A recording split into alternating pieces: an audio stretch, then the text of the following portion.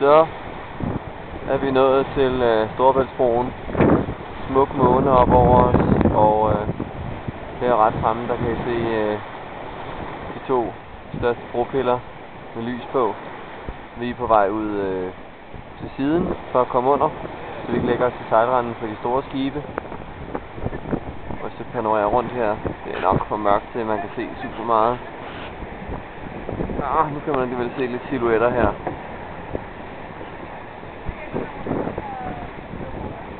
Der er simpelthen herlig aftenstemning på dækket på Essex Girl.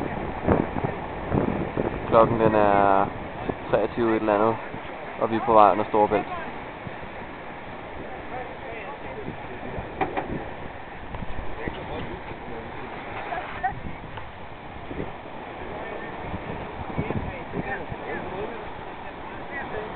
Lang.